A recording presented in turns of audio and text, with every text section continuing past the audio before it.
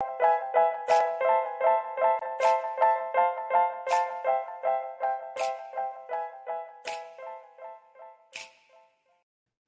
evening, everybody. What is going on? Welcome into Toilets to Titles. This is episode 99, which I can't believe. We're talking about NFL Week 14 and fantasy football preview. Tonight, as always, I got my buddy Justin with me. How we doing tonight, buddy? Awesome. Doing great. Excited about the fantasy playoffs right around the corner. If you want a little sneak peek at just how excited I can get about fantasy football playoffs, check out the waiver wire episode from yesterday. I was interrupted by some intense gaming action. So, we had a good time. That was fun. Yeah, it was a lot of fun. Also with us, of course, is our resident Cowboys fan, Coach Chips, I guess. Yeah, no, I'm just kidding. Ag Coach Chips. How you doing, Coach? I've busted into Sheps' house while he's away, so hopefully I can leave it in a condition that's all right. So when he comes home, he doesn't notice that anything's moved. But yeah, just Coach filling in for the day. On vacation, and he comes back with an Australian accent. I love it. I didn't know he went that far south on vacation. We're glad to have you here tonight. It'll be fun. It's like I said, it's usually just been Monday night. You kind of been behind the scenes for us, and I'm excited to have you on tonight. Real quick, like I said, you can find us on Twitter. You can find myself at Nate_Dirt19. You can find Justin at JustinFF_. You can find Andrew at Andrew Campy. Is that right? Yep, that's what I thought. Correct. And you can find the show at Toilets to Titles. You can also listen to us, as you know, on Apple Podcasts, YouTube, Podbean, Spotify, Facebook. I've got 2 pages there. If you listen to us on Apple, please give us a 5-star review. That would be awesome. And hit that like and subscribe button on YouTube as well. Also, check out toiletstiles.com. Campy has been kicking butt with that site, and everybody else on the team too.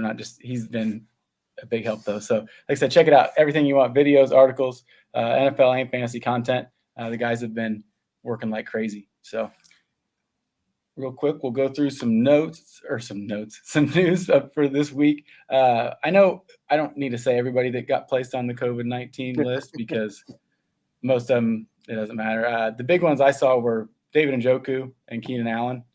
I don't know if anybody else has any other guys they thought was important or not. So I don't know if anybody from that list is necessarily important, but I do know based off of our T2T team chat that Andrew Campy has something to say about the COVID-19 list. As I said, the argument over COVID is done as far as I'm concerned. Vaccinated, unvaccinated, doesn't matter, right? The rules are in place. But, geez, just tell us, when you say someone is on the COVID list, are they vaccinated or are they unvaccinated? Because, it's like a week difference between the two. So it's like, well, do I need to pick someone off of waivers, or is this guy going to be back? We just don't know. So, that's it. Justin's had enough and he's left. Yeah, no, it's frustrating. Like you said, I mean, I know this morning on our group chat, we were talking about David Njoku and, for a guy to pick up, and then, an hour later he's on the COVID list. And it's like you said, we don't know, is it long-term, short-term? What do we got going here? So, not that Njoku's been stellar, but I mean, Keenan Allen has been phenomenal. I know I got him in a couple spots and he's been carrying me. So he will be missed, especially with Debo. I kind of understand that whole concept of people saying, oh, well, it's their own rights or whatever. But to me, we're going to find out eventually because it's going to decide how long they're out for.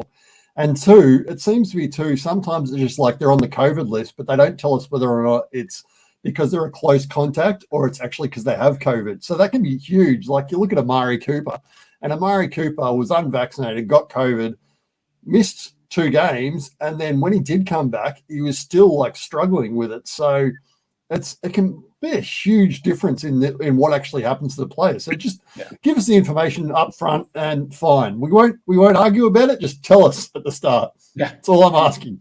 Honestly, I think this is an opportunity that a lot of players are missing out on when it comes to popularity here, because like you got guys like Josh Jacobs that'll just straight up tell you, I don't care about your fantasy team. Obviously, most players don't, and we're okay with that. We don't want you to care about our fantasy team. We just want you to go out there and win football games for your team. But when you blatantly come out and say that, it kind of rubs some guys the wrong way and you lose some fans. Why not be that guy that comes right out and says, hey, listen, guys, it's my choice. I'm not vaccinated. I just want to give you a heads up, let the fantasy world know, because we're such a huge group of the fans for the NFL. Like, without fantasy football, the NFL would lose a lot of fans. They really would. I mean, especially like I know a guy that lives in Oklahoma. He's been on the show, Josh Crocker. He doesn't have a dedicated team that he roots for. He's really just here for the fun of watching football and fantasy football and stuff. And without it, like, how many games is he really going to watch? So nobody's going to watch the Thursday night football game between the Jets and the Jaguars whenever they don't have fantasy football relevance. So, like, this is a chance for these guys to get the community to embrace them a little more just by being honest and upfront. There's no gamesmanship to be made here. No, yeah, I agree. Like I said, it's just, I'm with KP too, where it's like, I just like to know how long is he going to be out, and right. So anyways, we can move on. Like I said, we can talk about that all night. So Adam Thielen is out with a high ankle sprain, should be back by the end of the year. Not sure if, I don't know if he'll be back by the end of the fantasy playoffs. Kind of depends. I don't know if it said anything about being back by the regular season or what it said. So Justin, you know more, I think. Last I heard is that the initial thought was really scary, but then after today's test, looks like he's definitely going to be back at some point this season. That's all they really know at this point. We don't really know for sure when, but at any point this season, and it's Adam Thielen, that's at least enough to know that you don't drop him. At least not yet. Wait and see what happens. Wait until he sees a specialist. Usually it's that second or third day after seeing the specialist, they come out and they show they really give us a better idea. So hopefully we'll know more by tomorrow or Thursday. So maybe we have some breaking news on dollars to deuces dollars. I always get it mixed up. What is it? Dollars to deuces. Dollars to deuces tomorrow night. So. Oh yeah. Corey Davis placed on season-ending IR. Don't care. He stinks. Well, we don't care, but like you said, there are actually people that still like the guy. Campy, are you a Corey Davis stance? Oh, look, he had a couple of good weeks in there for me, fantasy-wise, if I had to plug him in. But apart from that, not really too keen on him. But it'll be interesting to see what Zach Wilson does. Does this like who gets the targets now, really? But yeah. I meant to add Jamison Crowder to the waiver show last night and I forgot until the end because I think Jamison Crowder is going to get a little bump up. So, I think they're better off that way anyway. Yeah. This one will be interesting, especially because the Niners are going to Cincinnati this week. But Elijah Mitchell is in concussion protocol. I said it last night on the waiver wire show. He went back into the game Sunday and then had the symptoms again on Monday. So I'm not an expert, but I would imagine that is probably not a good sign for this coming weekend. Yeah. Speaking of going back in the game, this is something that we actually don't have on the news, but Damian Harris last night, Monday Night Football. What was up with that? How in the world do you have a running back that really is a really good running back that kind of tweaks his hamstring? And he goes into the locker room. He works it out. He comes back out. How are you letting him back on the field after he just tweaked his hamstring? He had another really long run, busted out for about, I don't know, it was like 30 yards, and re-injured that same hamstring. Like, he very seriously could have just went from, oh, I tweaked my hamstring, I'm out the rest of the game, to now, who knows, out for weeks and potentially with a hamstring. You never know when that's going to come back and bite you again. Like, this could be something that lingers all season now. How did they let that happen? I don't get that at all. I don't have any idea. I don't know if it wasn't that bad maybe when it first happened, or if it was just kind of a strain or something. So he went into the locker room early to get it, whatever they like, kind of that roller deal or something, and try to get it stretched back out. Right. Which I need that run that he like re-injured on. I mean, he had just gotten to like the second level, and you saw him like come up limp, and then he takes off again. If he wouldn't hurt, that'd have been a touchdown, I think, if he wouldn't have pulled his hamstring, because he about had him beat again. 2 really long runs. I think especially too in their case, like they kind of have like a decent 1A and a decent 1B. So it's like are they really missing that much by going to Stevenson for the rest of the game? Like Right. it seems like a weird move to me. Like I know that Amari Cooper earlier in the season had a hamstring issue and he came back and he made it through the game. But yeah, I guess playing devil's advocate, maybe it's one of those things that the Patriots do have the bye week next week, so they kind of felt like, oh, he didn't hurt it too much, and as long as it's not really bad, then maybe the bye week is enough to get him ready to go for the next game. But yeah, it's a question mark because they're going to be playing playoffs, aren't they? So it's like you don't really want to. You want him in the playoffs. It's a strange move. Yeah. Yeah, I don't know. And Brandon Bolden, when he was in there, didn't look terrible too. I mean, so it's not like it was Ramondre and that's it. Yeah, so, maybe that's it. Maybe they're trying to weed him out because they want to just run a 2-back set. There could be. Yeah, I don't know. Who knows with Bill? That's a good guess. Like I said, back to the Eli Mitchell thing. I don't know who's going to play if he is out. I think Jeff Wilson was hurt last week, but they didn't say how serious. That's what I saw on the waiver show last night. So I don't know if it's time to fire up Kyle Juszczyk or. Well, yeah. So Jermichael I think, Hasty. Jermichael Hasty was apparently the only one that was healthy at the end of the game. So he's the one that I'm looking at the moment. But yeah, you just don't know. Yeah. I think Hasty's probably the one that I'm going to spend both of the remaining fab dollars I have left on. So. Oh yeah. This one real quick. Panthers offensive coordinator Joe Brady was fired Sunday before the games. It's not his fault. I don't know. I was kind of surprised they fired him, to be honest with you, but I guess Matt Rule has other ideas. So yeah, he usually does. Yeah. So well. And last one, Fitzmagic underwent season-ending surgery. I don't know why they waited this long. I would have just got it over with, but I guess he's a gamer, man. He wanted to get back in there, but I think it's time for him to hand the reins over to the wild man, Taylor Heineke. So yeah, wild man. I only wanted to put this one on the show doc because I wanted one last opportunity to be able to talk about Fitzmagic because who knows, this might be the last time, sadly. So hopefully he can make a comeback. Hopefully he's back next season and back in a starting role somewhere. But Denver.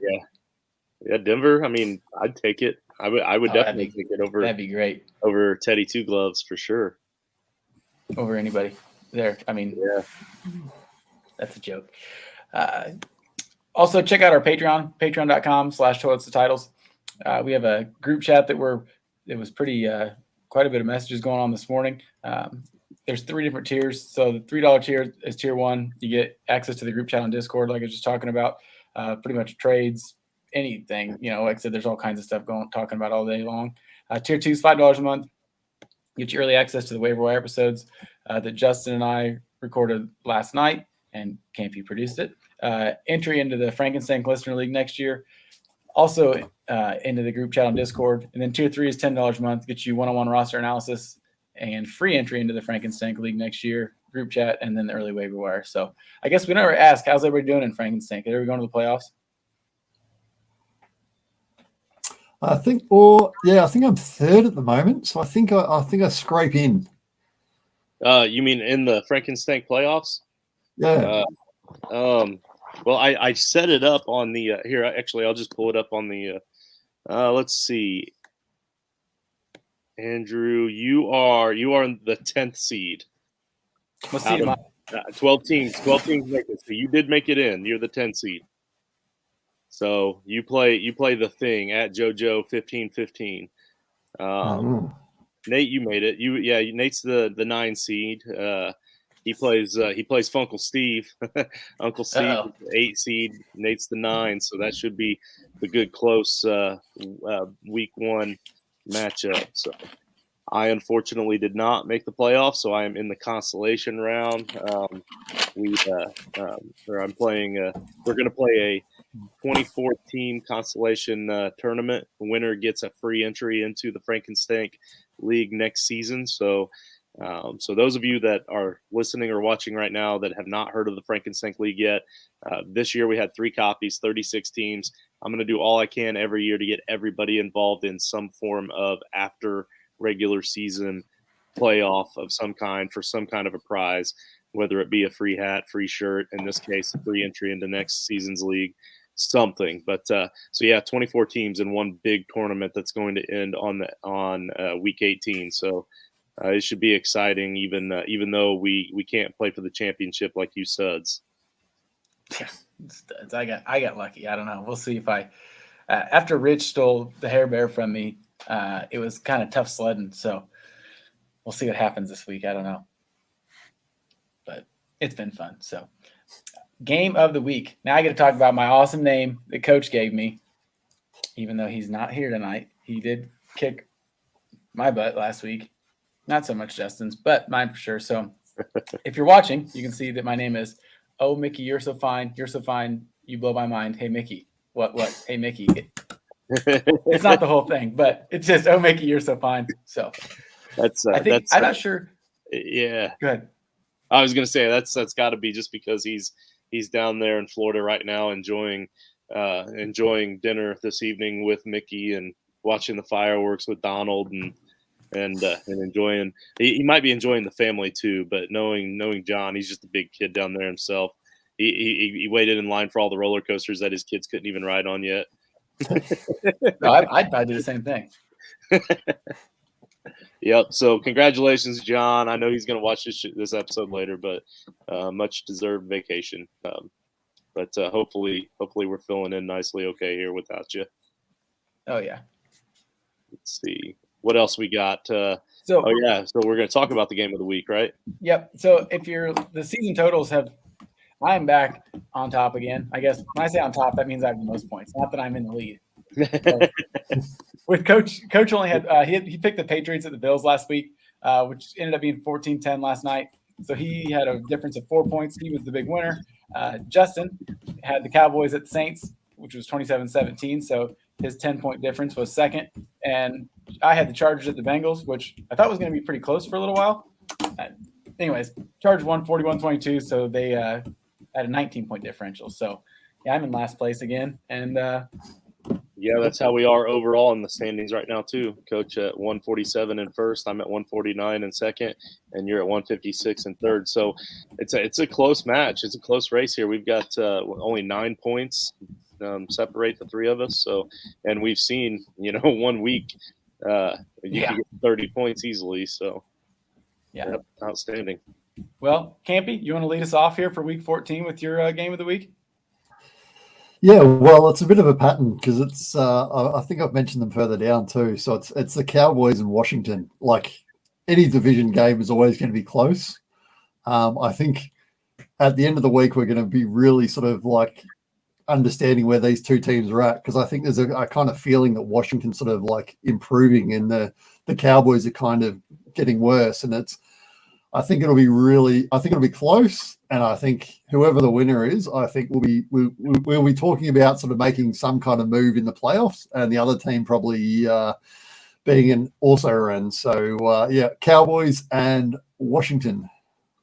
And it should be known too that Campy is also a Cowboys fan. So when he's filling in for John, it's not. I mean, he may have actually stole the jersey out of John's closet. I'm not completely positive while he was there in his bedroom, but he also may actually own the jersey himself. I'm not sure. He's got a few too many thongs in his underwear drawer, and they're not comfortable. But I gave him a shot, and like I had to. Hey, you got to take on the complete character, man, if you're going to fill in for John. Yeah. All right, I think I'm going to go ahead and jump in with mine here. Monday Night Football. We've got the Rams. What's this guy doing? He's meant to be on holidays. Go away. What's that? Don't call the police yet. I'm still there. Don't call the police. I missed it. I was looking at the doc. Is John in here? Oh yeah, I see. Okay, right. All right. So yeah, Rams at the Cardinals, Monday Night Football. So we have a lot of divisional games this week. There were actually 7 divisional games on the docket. So this should be a really good week for football purposes. So even if you're not in the playoffs or not fighting for a spot, you're still going to enjoy some good football this week. So Personally, I went with the Rams and the Cardinals because the Cardinals at times have looked like the best team in football, and the Rams at times have looked like the best team in football. I really hope that both of those best teams show up on Monday night, and we get one hell of a way to send off Week 14 on Monday night. Yeah, that'd be fun. Like, was that Chiefs and Rams a couple years ago? That was like super high scoring, like 58 to 54 or something like that. That's what I want to see. Yeah. Coach has the Bills at the Bucks, which I like too. I think that the Bills got to figure something out, and he said it's a tough test to go from playing Bill on Monday night, then going to his old buddy Tom the next weekend. So I think it will be a close game. It should be a pretty fun one, I think. So. Yeah, but he's in line for test track right now. Oh, yeah. At Epcot, I think that's where that's at. I never got to ride it, but it was there after I went. But my game of the week, I got the 49ers at the Bengals. It's going to be a good game, I think. The Bengals at some points look like they're the best team in the AFC North, and then the next week they don't. They look like the Bengals? Yeah, they look like the same old Bengals. So I hope that they will be back to their, like I said, those two turnovers with Joe Mixon fumbling the ball and that weird drop interception thing by Jamar Chase, pretty much, it was like a 28-point swing. So that right there, they're not usually doing that stuff, especially those two guys. So, and the Niners are pretty banged up, but they've been playing good football. Last week was an anomaly, I think. I don't think that's who the Seahawks are. So I think it should be a pretty good football game. I hope. Debo's still out though, isn't he? He's got one more week, I think. So that'll be interesting if they've got no running backs and no Debo. Brandon Ayuk. Yeah, well, That's what I was hoping for this year. That's who's going to light it up. Those two guys. Ayuk will get 8 carries. Yeah. We'll move on to the locks of the week. Last week was pretty good. It was 3-1 last week on here. My only miss was I laugh because it's in the division that my Packers are in. I had the Vikings -7 at Detroit. They lost to the Lions 29-27. I don't know. I don't even know what happened. I watched quite a bit of that game, and to be honest, I turned it on after halftime, and I saw it was 6-20. I thought the Vikings were winning. Yeah. I'm like, no, they're getting beat, and it's wild. I don't know. And the Lions still almost lioned it away at the end. Oh, yeah. Yeah. Well, that's just normal. I mean, they came out on the right side of one finally. So, yeah, I missed on that one. I did hit on the Cowboys -4.5 at the Saints. They won by 10 on Thursday night. The Cardinals -7.5 at the Bears. I don't think it's a lot. This looks closer than it was. They won by 9, 33-22. And I had the Patriots +3 at the Bills, and they won by 4, 14-10. So, yeah, 3-1 last week. Hopefully we can do more of the same this week. So, for Week 14, I got the Falcons +3 at the Panthers. Not really just because the Panthers got rid of their offensive coordinator. I don't know who's playing quarterback, if it's PJ Walker, if it's Cam Newton. I'm sure they've said. I probably just didn't listen. I don't know how the Panthers are favored against anybody, to be honest with you. Their defense has been good, but other than that, they have not looked good. The Falcons, not that they look any better, but I think that them getting 3 points, I kind of like that, even on the road. So the next one, Cowboys -4 at Washington. I think this is going to be a close football game. Washington's played a lot better as of late, but I think the Cowboys are there to show you that they are the best team in the NFC East. Whether they win by a touchdown or a little more, I think it's going to be a good game, a really good game. So we'll see what happens on Sunday, I guess. I know what Campy wants to happen. So next one, Broncos -8 versus the Lions. As bad as Teddy Two Gloves looked Sunday night, I had to listen to it on the radio because I was driving. Javonte Williams did not look bad, and I think him by himself should be able to beat the Lions.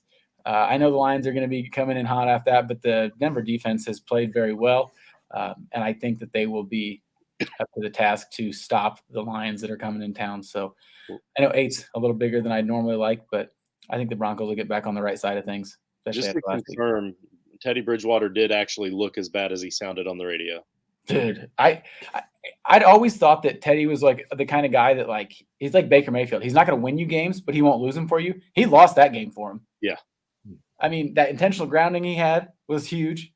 I think knocked him out of field goal range. And then did he throw 2 picks actually? I think it doesn't matter. He's terrible. I mean, he can't complete pass. So, anyways, I still like him. I think, like I said, with Javonte, if they just run the ball, they'll be fine. Chargers minus 10.5 versus the Giants. They are back home finally. They looked really good against the Bengals. I know Keenan Allen's out, but I think that just opens up the door for Mike Williams, Jalen Guyton, and there was somebody else I was going to say. I just forgot his name. Doesn't matter. But the Giants, I don't know who's playing quarterback. If it's Jake Fromm, if it's Mike Glennon. I don't think Danny Dimes is coming back this week. So, yeah, I think the Chargers should take this one pretty easily. My last one is Buccaneers minus 3 versus the Bills. I do think it'll be a close game, but the Bills have struggled in the red zone. The Bucs defense has been very good. The Bills can't run the ball, and the Bucs have a very good running defense. Their secondary is kind of coming back. I think Dick Sherman might get a play this week, maybe. I know Sean Murphy-Bunning's back, so they will be a little better. There you go. Yeah, good numbers from Teddy Two Gloves, though. 2 picks, 55%. That's solid. God, get that guy out of there, dude. Let that Kendall Hinton kid back in there, whatever. That dude never even played quarterback. He actually has gotten a little bit of time in there at wide receiver, so he may be pushing Bridgewater for total fantasy points on the season at this point. I think Bridgewater's got like 15 more points than I do. But yeah, so Bucs minus 3. I just think that the Bucs are rolling, and I don't think that train's really going to stop. And I don't know. I know that Josh Allen said that the Bills that you saw against the Colts, that's not the Bills. Well, then what about the Bills we just saw against the Patriots? I mean, not that they didn't get beat by 40, but I don't know. I think the Bills are kind of in trouble. I think not having a run game is going to hurt them. So that's what I got for the week. Right on. So now we're down to the dudes and the duds. So I want to explain this a little bit real quick. Campy's filling in. We didn't know if Campy was going to have time to fill this out. So I filled out the dudes, and Nate filled out the duds, but he's going to read them off for us. Campy's a trooper here, but I want to give you a heads up. I tried to throw in some American terms as much as possible just to throw you off a bit. So we'll see how well you do with it. All right, let's roll. Okay, so first one is Dak Prescott. So fingers crossed you're right with this one. When it comes to the Washington secondary, nothing has changed. They're still the worst in the business. Well, yeah, they're not doing great. As long as that is still true, and any time a stud quarterback such as Dak is facing them, they will dominate. QBs love to pad their stats too. My biggest concern with Dak is, and I know that coach has been on this, is he's not running at the moment. He's still nervous, and that's sort of like a dimension that's sort of left the game, which is kind of frustrating from a Cowboys point of view. Like there's a few times where you think, geez, he gets 6 or 7 yards there and doesn't run, but he, hopefully we'll have a good game. Next one is A-Rod. So all these words are Justin's. So if I say anything abusive, it's all Justin's fault, okay? I'm a bit envious of Nate and John since they get to use their quarterbacks as their dudes for the week. And I'm stuck with Carson Wentz. Rodgers has 3 total touchdowns as he owned the Bears in week 6. The Bears are undoubtedly using trash talk as a bulletin board fodder, but it also undoubtedly will not matter as Rodgers does in fact own the Chicago Bears. Okay, I have no idea who this is. He's just letting Virginia Hallis McCaskey keep the owner's box warm. Okay, is that who owns the Chicago Bears? She's the owner of the Chicago Bears. I was trying to make a joke there that he's pretty much just letting Virginia McCaskey keep that owner's box warm for him until he retires from football. Then he's going to jump up there and continue to own the Bears. That's what I was reading today, completely unrelated, but someone commented, so Rooney Mara, who's the girl from the girl with the dragon tattoo, and then her sister, who's an actress as well, their grandparents are Art Rooney, the owner of the Pittsburgh Steelers, or the former owner, and Mara, who owns the New York Giants. So they are the grandchildren of the owners of 2 different NFL teams. So that's kind of tough. Yeah, I was like, wow. So running back, Dontrell Hilliard. So I'm all in on Dontrell. So I'm with you on this one. So sometimes our boy coach likes to throw in some guys that may not be obvious as top tier players. So I thought I'd give you a less than obvious suggestion. Well, Derrick Henry is down, and I thought that the backfield was Jeremy McNichol's job to lose, and then he's just sort of disappeared. Yeah, then unfortunately he did in fact lose it, so I should have read ahead, shouldn't I? Hilliard looked good and like a very solid playable RB. And what I like about him too is, if I can just change some words here, is the fact that he also catches the ball. So when they sort of go to Donta Foreman, he doesn't catch as much. So Hilliard has that, excuse me, kind of that low floor that I'm looking for in a player like that. So that's why I like him. So gets to also go up against a bad Jaguars defense. So the next one is Chuba Hubbard versus Atlanta. So playing anyone against Atlanta is always a good idea. So Chuba likely falls back into that 15, 25 touches a game role. And Cam Newton proved 2 weeks ago he can still throw. He still can't throw. Sorry, that makes more sense.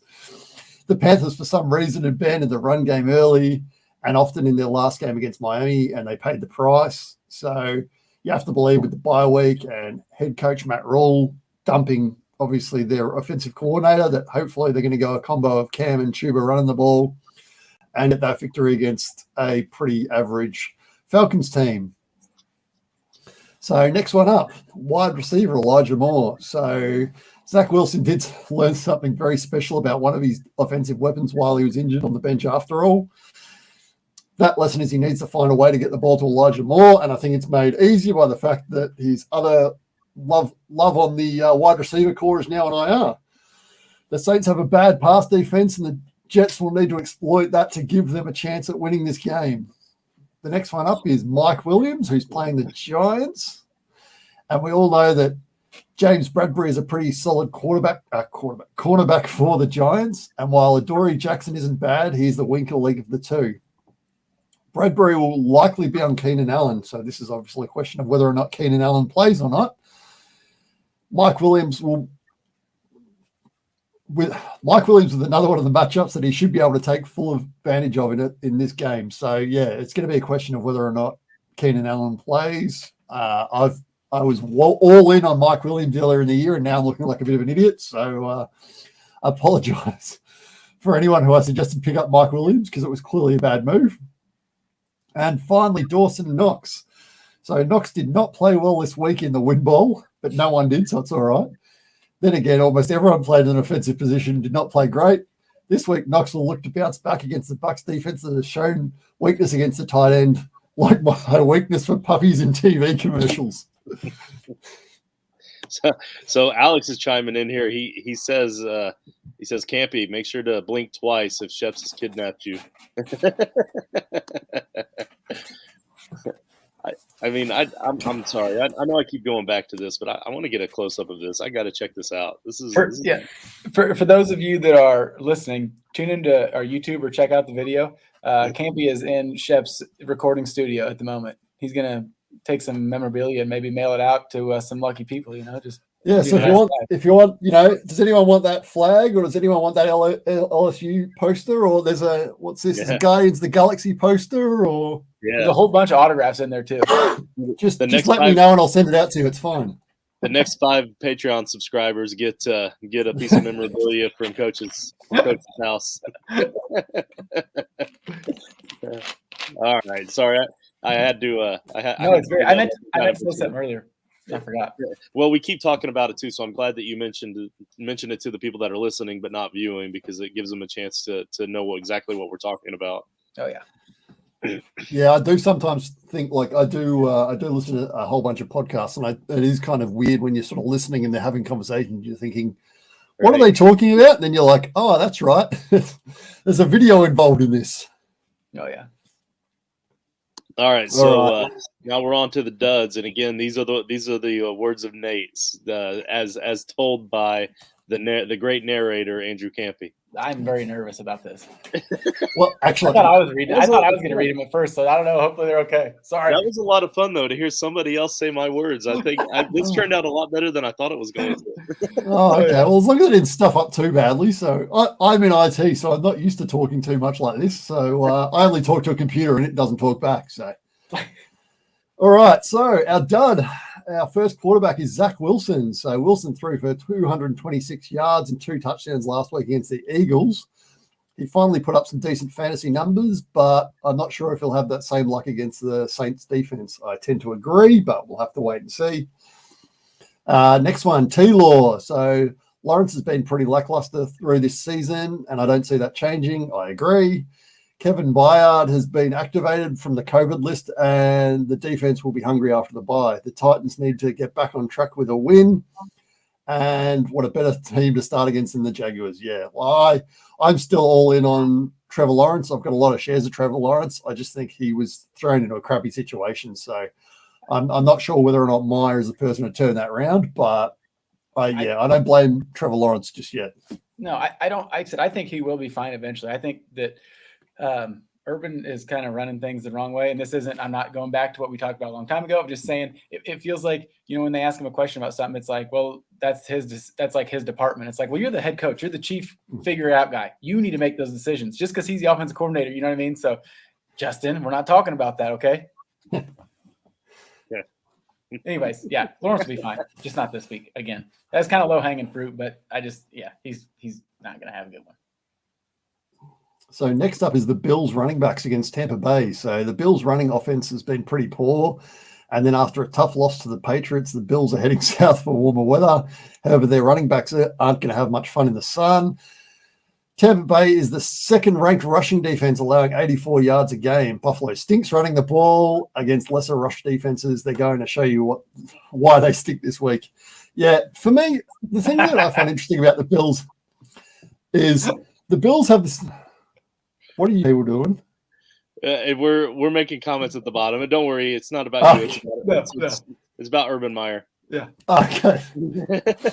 So yeah, the thing that I find interesting about the Bills running back is it's you talk about getting on a roll as a running back, and their running backs don't seem to get on a roll. It's sort of they play one guy for a bit, and then they play someone else, and they play someone else, and it's a weird way to play it. They're really playing it by committee, but they're doing it too much. I think they're better off just throwing in Zach Moss or whoever it is and saying, okay, you're our lead back and see how it goes. But well, that Matt Breida fumble last night was terrible. Like Peyton and Eli talked about it. It's like, what are you doing? Like he was like trying to grab the ball from him or something. I don't know. It was just, I thought Matt Breida was toast, but I don't know. But I am so grateful that they awarded that fumble to Allen. When it was definitely Breida's fault, but they awarded that fumble to Allen.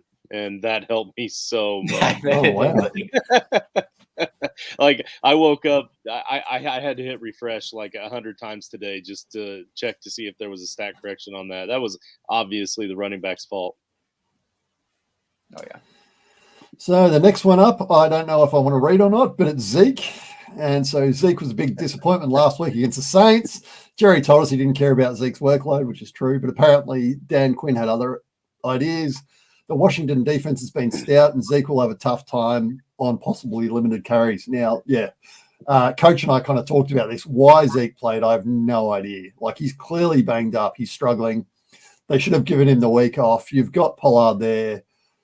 Give him the week off. Maybe even give him 2 weeks off. Make sure that he's fit once again for playoffs. The Cowboys are, in theory, looking at playoffs. So I don't get why they played him last week. And I think going in towards playoffs, that could be a really bad decision if he's still banged up when we come to the end of the year. But we'll just have to wait and see how he pulls up after 10 days off, I guess. They would have had a really long time. Like I said, if he would have had last Thursday off, I mean, that would have been a longer break than normal to this game. And then they could have said, well, he can suit up, but, Pollard's starting or something like that, like you said, because I know the Cowboys need a win for a better seed or whatever, but they're kind of, they're not that they're all in, but I mean, they don't have like I said, it's about the playoffs, not right now. So I almost put Pollard on my studs list if it wasn't for that Washington that front seven that's been playing better and better each week. Like that's the only I was just a little. If it would have been Washington from week 4, Washington from week 5, I definitely would have had Pollard on my studs list. I honestly think that Pollard is just the better overall back right now. He brings an explosiveness that Zeke doesn't have anymore. So, and maybe it's because of the injuries, maybe it's just something else. I don't know, but they're definitely better off to let him sit. But they're not going. My take is it's kind of that thunder and lightning kind of thing. I think Pollard is really good in that second role and sort of maybe getting probably, like say 40-50% of the touches. I think, Zeke is fantastic at blocking. He's really good at that. And then just that basic ground and pound and sort of like tire out the offensive line is what he's really good. Defensive line is what he's really good at. So I think, there's value in both of them. I'm not sure if you played Zeke sort of as a backup and you played Pollard most of the time, whether or not Pollard would be just as effective. I think the reason he is effective is because he's that second guy up. But we may find out this week if Zeke does get a rest, then maybe we'll find out. We'll have to wait and see. No, that's fair. Who's the third running back? Is it that kid from Tiffin, or they have somebody else? No, Corey Clement they had. So the former Philadelphia Eagles guy long ago. So as far as I'm aware, he's still on the roster. So it does go downhill pretty quickly after the first two. Next up, the Denver wide receivers. Clearly drunk, sorry. The Lions defense stinks, yes, but so does Teddy Two Gloves, yes. I can't start a single Denver wide receiver until Two Gloves shows that he can throw the ball to someone besides Albert O and Noah Fant. Yes, and yes, I agree. But I do have Noah Fant in a tight end premium league, so I'm happy with the Noah Fant passes. So like 3 catches for 12 yards or something he had? It's tight end premium, like it's a 2 tight end premium. So basically, so when he gets like 3 catches, it's like 20 points. It's amazing. But yeah. So next up we have Brian Edwards at Kansas City. So Carr is 4th among the NFL at passing yards this season, and he'll need to chuck it all over to keep up with the Chiefs. Edwards' snap count has been dwindling, and D-Jax has seen more yards in 2 weeks than Edwards has since week 7. The Chiefs' defense has done a 180, and they're playing very well. They are. Waller could be back this week, and Carr will focus on efforts to get him the ball and Renfro. So, yeah, I agree. The Chiefs are looking pretty good on defense. Their offense still is interesting, but their defense is looking great. And then the last one is Cole Kmet. So Kmet has come on strong lately with a lot of targets for the Bears, but the Packers defense has been very tough against tight ends, and Green Bay will shut down Dalton this week, and Kmet won't have much luck.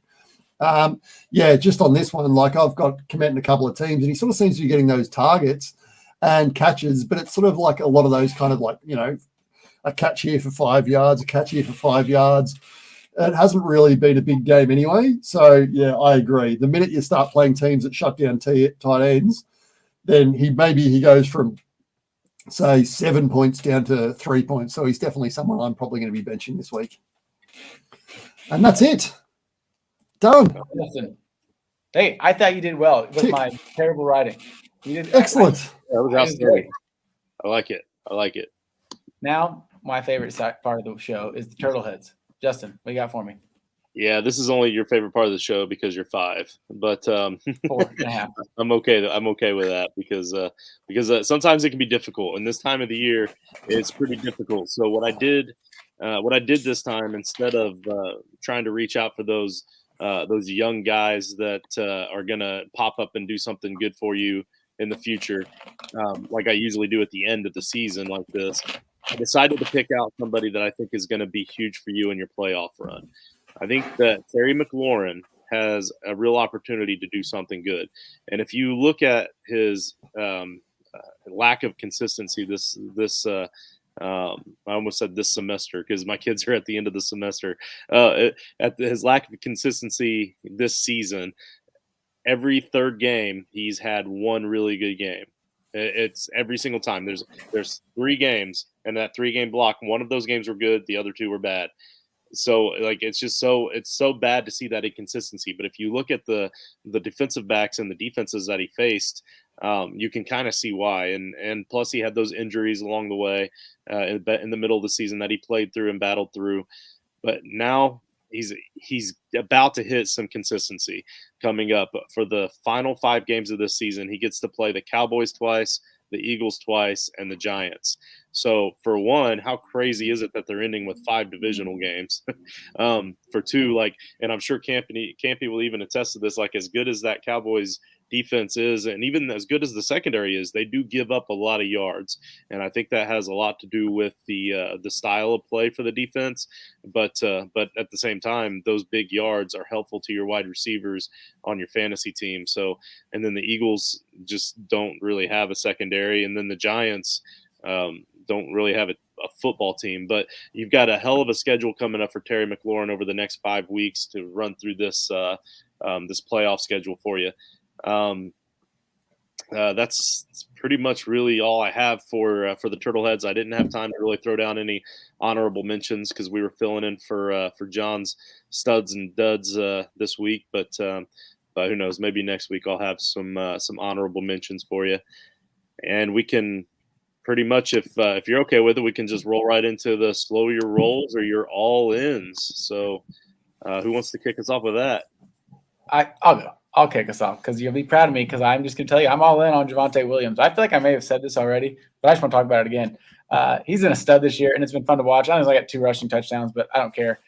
He's the only player that made the Broncos offense go, I would say, last week. And I wish it wasn't too late to buy on him for Dynasty, but I probably have missed the boat in the leagues I don't have him. I was trying to find the stat there of his yards after contact. I know it's very high. Not necessarily a good thing. Kind of means that your team stinks. And it's good that you keep going, but it's not good for overall production, I don't think. But yeah, he's a beast, man. And without Melvin Gordon last week, he was able to show that he can be the guy. And they got a good one. So all in. Yep, fair enough. I don't think we can argue with that. Andrew? Yeah, I agree. Watching him, I was just all I could think was, damn, I wish I had more copies of him because like he just looked so good. Like he was catching well, he was running well, and I was just looking, going like his value just skyrocketed in that game. But I'm all in on 2 teams from the NFC East making the playoffs. So if you had have said that to me earlier in the year, I would have been told you to bugger off. But it just seems like everyone in the NFC at the moment just keeps shooting themselves in the foot. I feel we've got sort of 5 teams who should make the playoffs, and then you've got a whole bunch who just don't want it at the moment. So I think it's going to be interesting because, as you said, Washington have a difficult task of having a lot of division games. Probably for them to get in, they probably need to, win at least one against the Cowboys. But then you've got Philadelphia too, who's just sort of sitting right there, and they seem to just have a weird luck this year that seems to be getting them wins when they probably shouldn't get them. So I definitely think that one of either Washington or Philly is going to make the playoffs this year, which is something that I didn't think even probably 3-4 weeks ago. So fair enough. And don't forget too that with that big win, I do believe that the Detroit Lions are still in the hunt. They still have an opportunity. Yes. Somebody did send out, I saw it on Twitter, like, the scenario for this, and it was like I forgot to read it more, but it was like all the teams you have to lose every week, and it's like, no, they're not dead yet, I guess. So yeah, no, I shared that with our T2 chat group, and if you look at it, that was posted before the Lions victory. So if you really look at it, like the Lions did their part, but there were 1 or 2 things already that happened this week that didn't happen in their favor. So I don't know if that was the only scenario where they could make the playoffs, but I think even with their win, they're already mathematically eliminated because of other stuff that happened over the weekend too. But and did you see I can't remember who it was, but it came up on Twitter. It was the circle of Parody, and every team now can be linked to every other team based on a win or a loss. So it's like every team you can put into a big circle now because the Lions won, you can put them in, and then every other team basically you can just do a full complete loop. So it was kind of cool to see. So the Lions are better than the Packers because the Vikings beat the Packers and the Lions beat the Vikings, and the Packers beat the Cardinals. So the Lions are better than the Cardinals and the Rams, right? That works. I knew it. Yeah. Dan And Campbell's so it goes, goes in a full circle. Crazy. So, And also, one more day had one more day gone by, it would have been exactly 1 year since the Lions won their last game. oh, They wow. were 1 day short of a full calendar year from getting a win. That's a tough life to live as a Lions fan. I mean, I give those people some respect, man, because gosh, my son's a big Lions fan. Dan Campbell, though, like I love that guy. I love that guy. I really hope he can make this work. I hope that because this is going to happen for a while, for several years, at least until they get another a good young quarterback. Like, so I hope that they let him take the beating, and then after he's had the beating and they start getting good, they let him keep it. You know, he deserves it. Yeah. Not like anybody else is going to change anything. Yeah, exactly. Yeah, what's the point? Yeah. Let's see. So I am all in on the fantasy football playoffs. I keep bringing it up. I keep mentioning it. I'm so excited. Here we go. My dynasty leagues. I only made the playoffs in about 1/3 of the dynasty leagues, but I'm also in total rebuild mode in about 1/3. So I really kind of only suck at about 1/3. But I'm not very good at dynasty football anyway. I just keep cutting out leagues. But really, honestly, the only reason I'm still in dynasty leagues is because of John and the guys in the couple leagues that we're in together, and then like the boys over at Fusion FFB. But I'm gonna really probably cut out the rest of my dynasty leagues after this season. But in redraft, for us simple-minded folk that like to keep things easy, I'm doing really well. I'm making the playoffs in nearly all my redraft leagues, so I'm excited about the fantasy playoffs and low key kind of excited about a little bit of a break after fantasy season's over, and I can just watch NFL playoff football.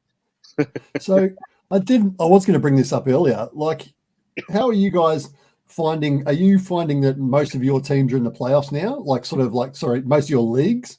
Because I reckon it's probably 50-50. I've got half my leagues are playing playoffs next week, and then the other half are playing it in the week after. So it's this really weird thing where I'm sort of going through going, hang on, have I made the playoffs yet? Oh no, there's a week, or oh no, that one I missed out. And it's been interesting because obviously this hasn't really come up before where we had that bye this late in the season. So yeah, the bye this late in the season, and because they added the extra week to the season, which is a big reason why we're running into all this. And in the fictional league that Nate and I are in with John, we still have 2 more weeks in the regular season because only 5 teams are in the playoffs and they don't play each other. Like it's not like a bracket. It's total points scored over the last 3 weeks, and he used week 18 this year. So it's so we have more regular season weeks for me to get another loss in that league. So same here. I think I've won three games, or maybe 4 in that league. I'm like you. I stink at dynasty. I don't even know why I do it. We do it because we love John and we don't know how to tell him no. Is that why you're in 2 legit too? That like I'm in that one. That's yeah. No, he wrote me into that one. Well, and there were also a couple of guys in that league that I wanted to try to network with a little bit, but now I know them well enough that they know I'm not really good at this stuff. So I could probably stink at dynasty football. Yeah. So So anyhow, we're starting to push up against it. We still have another segment here. So at this time next week, we'll be saying, Andrew, what are we going to be saying? Actually, you know what? Let's save yours for last. I see what you put there. I like it. So we'll save yours for last. So Nate, what are we going to be saying this time next week? The Chargers are back. They just had like I said, big win against the Bengals. They will beat the doors off of the Giants. Joe, I'm very sorry to say that, but with no quarterback, I don't think they have a chance. And they're going to be rolling hot into that matchup with Kansas City that is huge since they already won the first matchup against the Chiefs. It pretty much is going to decide the division. So I think they're back. I think they're going to roll. I think their defense is going to hurt them in the long run. But I think for now, they think they can score enough points to keep it hot. So right on. Yep, I can see that. And honestly, I can kind of see what I'm about to say as well. And I've kind of been feeling it for a little while this season. There's been several games where I've kind of felt this, but after last night's game, like I was sick to my stomach watching the way that the Bills were giving that game away to the Patriots on several occasions. So what I'm going to say is that because this week the Bills have another big game this week. As a matter of fact, it was one of the games of the week, right? Coach's game of the week. Yeah, the Bills and the Buccaneers. They've got to win this game. They got to continue to try to contend with the Patriots, and we're going to see something happen several times, and we're going to be looking back after this week, and we're going to be saying that the Bills are just a coach away from doing some amazing things. I honestly believe, I did not think that I would be saying this about McDermott. I really thought that he was going to be a great coach, but he has dropped the ball several times on his team, and he needs to be held accountable. The guy is, I don't feel like he's a very good coach. And when it comes to decision making, I really don't. Obviously, the players like him; they've got his back. He's got their back. All of that's great. The relationship end of it seems wonderful, but I just do not like his decision making at all. I bet old Lenny Fournette was licking his chops after watching that game last night. I think he'll be ready to roll. Oh yeah. Leonard Fournette. You know something else I've noticed about Leonard Fournette? This is funny. Like 2 or 3 times a week, he loses his helmet.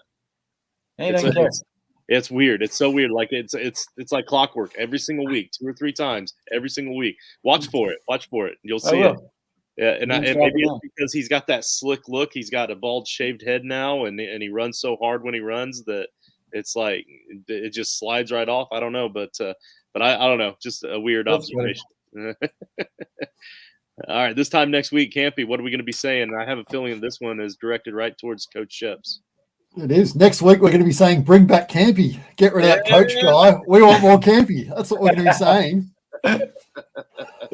That's funny. Too funny. And then I think the other bit is, I think the Cowboys at this time next week will either be contenders or pretenders. I think, like as I said, I've gone back to this game, 3-4 times already, but this Cowboys-Washington game is just going to be huge for both teams. I think we're going to look at down at the end of it, and we're either going to say, wow, Washington is looking, like they'll be in the playoffs and do okay, and the Cowboys are just looking like nothing, or we'll be saying, okay, the Cowboys have got what they needed to get right and they're ready to go. So I think it's going to be a really interesting game because the Cowboys earlier in the year were doing some really great stuff, and then the last few weeks have just, the game plan has been a bit confusing, and it's really weird to sort of see them now where you don't really worry about the defense. The offense is the bit that's confusing. It's just the offense doesn't seem to be sort of clicking as much as you'd like.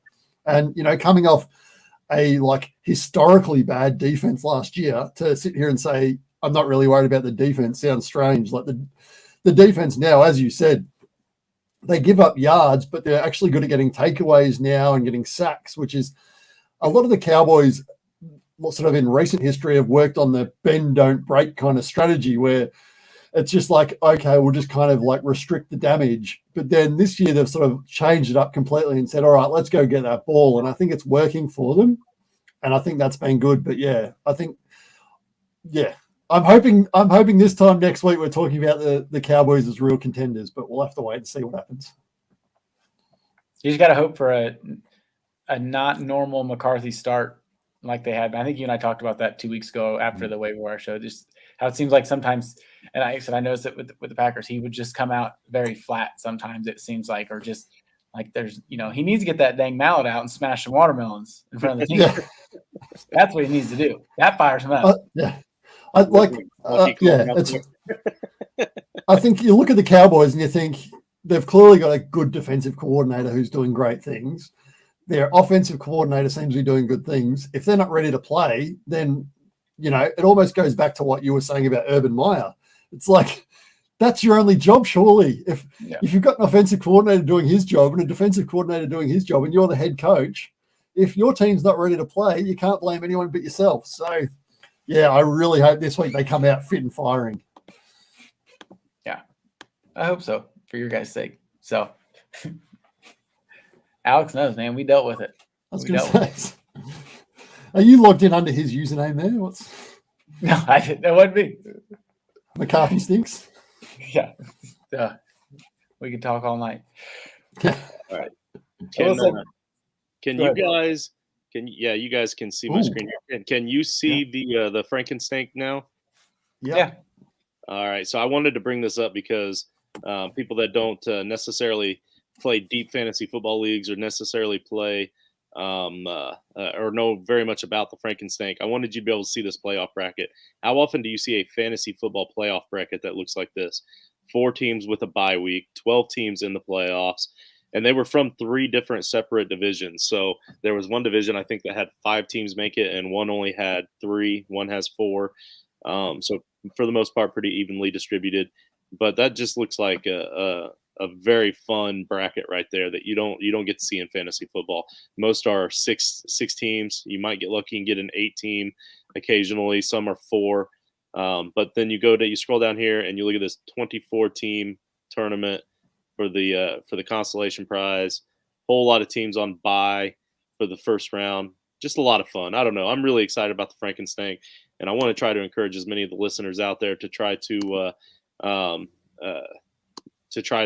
jump in on that Frankenstein League next season, because we're going to expand it from at least 3 leagues to possibly 5, maybe even more, and probably going to try to draft a couple of the drafts live at Canton, from Canton, Ohio, when we go there again next August. So just something to think about while you're out there. Go ahead and send us any request if you want. If you're already interested in next year's Frankenstein, I'll go ahead and start a doc and start a list if we start getting enough people say that they want to join. We're going to ask the people that are already in the Frankenstein at the end of the season who wants to come back. But yeah, just a lot of fun. Just thought I'd throw it out there. We don't always stop and give the Frankenstein enough love, but it's been a huge part of the show, and it's been a lot of fun. And now here we are up against the playoffs. Yeah, it's going to be a wild one. I don't know. I didn't make the playoffs last year, so I'm excited this year. So yeah, well, going back to what you guys were talking about before, like I went a bit dynasty crazy this year, and I joined way too many leagues, and I think I'm in about 21, 22 leagues this year, which is just too much. Like I've started realizing I don't really enjoy it as much, so I'll probably be cutting back probably half, I would say, of my leagues.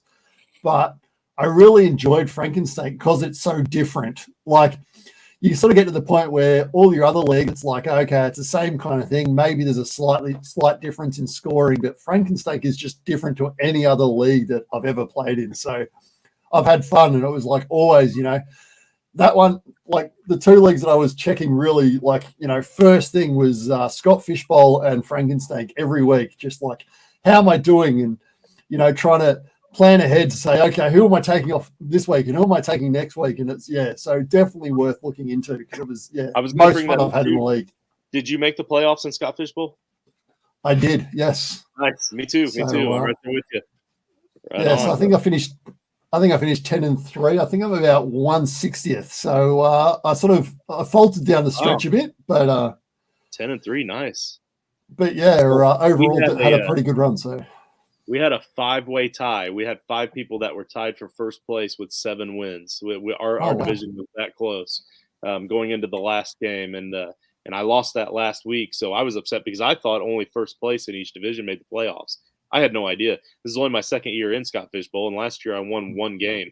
So like I didn't really pay close attention to who all made the playoffs last year. But so I was shocked today to see that the top 6 from each division make the playoffs, and I think I ended up 4th since I lost that last week. But I'm excited. It's again, it's fantasy football playoffs. It's what it's all about. It's what we build up for. So I'm real happy to be in a bunch of my playoffs, and just so I can get disappointed in round 1. That's how it usually works. But at least for a little bit, I get this excitement. Hey, you made the dance. At least you're there. That's right. No.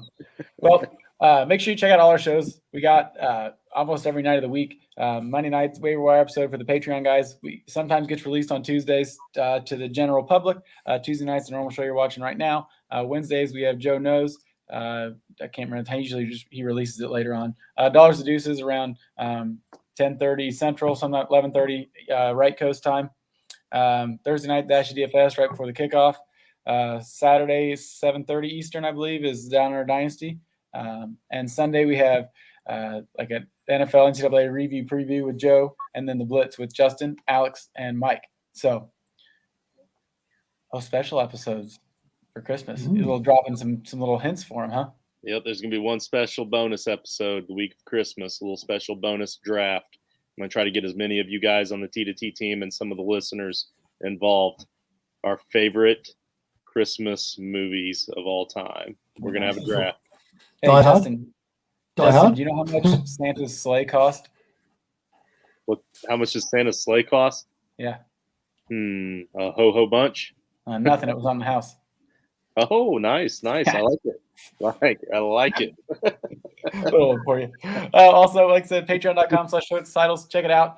We would really love the support. I'm sure people spend $3 on a lot worse stuff than that every month. So please check us out. We would love the support, and hopefully we can help you guys out, whether it's for the playoffs, or anything like that, or for next year for Dynasty Drafts too. So please throw us an Apple review on Apple Podcast, and don't forget to hit that like and subscribe button on the YouTube. So anybody else got anything before we're done? Should I end it with that dinosaur joke that I threw out there in the chat a little bit ago? I mean, I laughed a lot, so that's my kind of joke. It was what do you call a blind dinosaur? Do you think he's hoarse? Love it. All right, so that's what we're here for. Thanks everybody for tuning in. The kind of chat you get in the Patreon. Yeah. Oh yeah, the best jokes. Have a good night, y'all.